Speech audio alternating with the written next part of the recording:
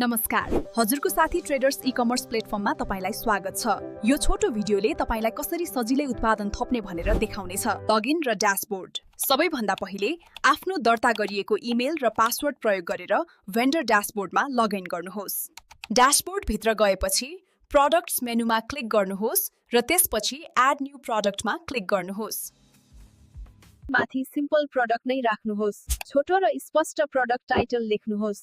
यदि साइज वा रंग छ भने मात्र चयन गर्नुहोस्। रेगुलर प्राइस र सेल प्राइस लेख्नुहोस्। छोटो विवरण लेख्नुहोस् र तल विस्तृत विवरण बुलेट प्लेन्टमा राख्नुहोस्। अब इन्भेन्टरी ट्याबमा जानुहोस्।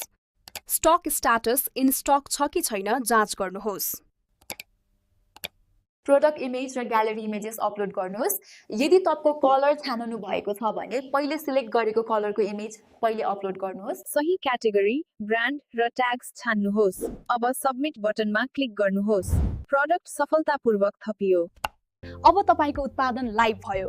हजुरको साथी ट्रेडर्ससँग तपाईको व्यवसाय अनलाइन विस्तार गर्नुहोस्। आजै सुरु गर्नुहोस्। धन्यवाद।